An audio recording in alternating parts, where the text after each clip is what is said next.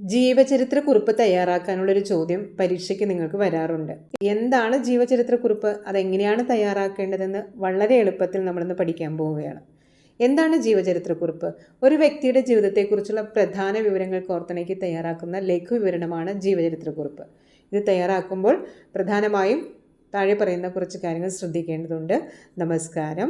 Learn Malayalam വിത്ത് മലയാളം ക്ലാസ്സിലേക്ക് 10ാം ക്ലാസ്സിലെ എല്ലാ പ്രിയപ്പെട്ട കുട്ടികളെയും സ്നേഹത്തോടെ സ്വാഗതം ചെയ്യുന്നു. നിങ്ങൾ ആദ്യമായിട്ടാണ് ഈ ചാനൽ കാണുന്നതെങ്കിൽ എൻ്റെ ക്ലാസ് ഇഷ്ടപ്പെട്ടുവെങ്കിൽ തീർച്ചയായിട്ടും നിങ്ങൾ ലൈക്ക് ചെയ്യാനും ഷെയർ ചെയ്യാനും സബ്സ്ക്രൈബ് ചെയ്യാനൊന്നും മറക്കരുത്. പരീക്ഷയ്ക്ക് ഒരു മാർക്കും നഷ്ടപ്പെടരുത്. SSLC മലയാള റിവിഷൻ്റെ പാർട്ട് 8ാമത്തെയാണ് നമ്മളിന്ന് കാണുന്നത്. മറ്റു പാർട്ടിൽ ഓരോ കാര്യങ്ങൾ പങ്കുവച്ചിട്ടുണ്ട്. അതൊക്കെ നിങ്ങൾ വളരെ സശ്രദ്ധം കേട്ട് മനസ്സിലാക്കുക. എന്താണ് ജീവചരിത്രക്കുറിപ്പ്? ഒരു വ്യക്തിയുടെ ജീവിതത്തെക്കുറിച്ചുള്ള പ്രധാന വിവരങ്ങൾ കോർത്തിണക്കിക്കൊണ്ട് തയ്യാറാക്കുന്ന ലഘു വിവരണമാണ് ജീവചരിത്രക്കുറിപ്പ്. ഇത് തയ്യാറാക്കുമ്പോൾ ശ്രദ്ധിക്കേണ്ട കാര്യങ്ങൾ എന്തൊക്കെയാണ്?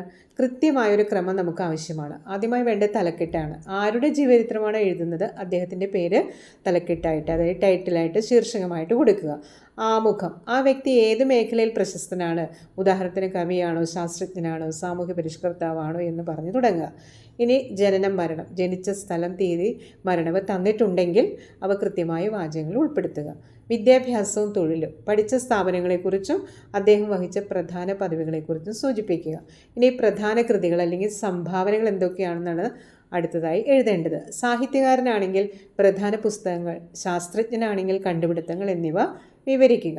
പുരസ്കാരങ്ങൾ, ലഭിച്ചിട്ടുള്ള പ്രധാന അവാർഡുകൾ, ബഹുമതികൾ, ഉദാഹരണം പത്മഭൂഷൺ, ജ്ഞാനപീഠം, മറ്റ് കേരള സാഹിത്യ അക്കാദമി അവാർഡുകൾ, ഇതൊന്നും വിട്ടുകളയാൻ പാടില്ല. അതെ, വെറും പോയിന്റുകളായി എഴുതാതെ അവയെ നല്ല വാചകങ്ങളായി കോർത്തിണക്കി ഒരു ഖണ്ഡികയിലാണ് നിങ്ങൾ ഇത് എഴുതി അവതരിപ്പിക്കേണ്ടത്. അതായത് ഒരു പാരഗ്രാഫിലാണ് എഴുതി തീർക്കേണ്ടത്. അപ്പോൾ ഇത് എത്ര മാർക്കിൻ്റെ ചോദ്യമായിട്ട് വരാം?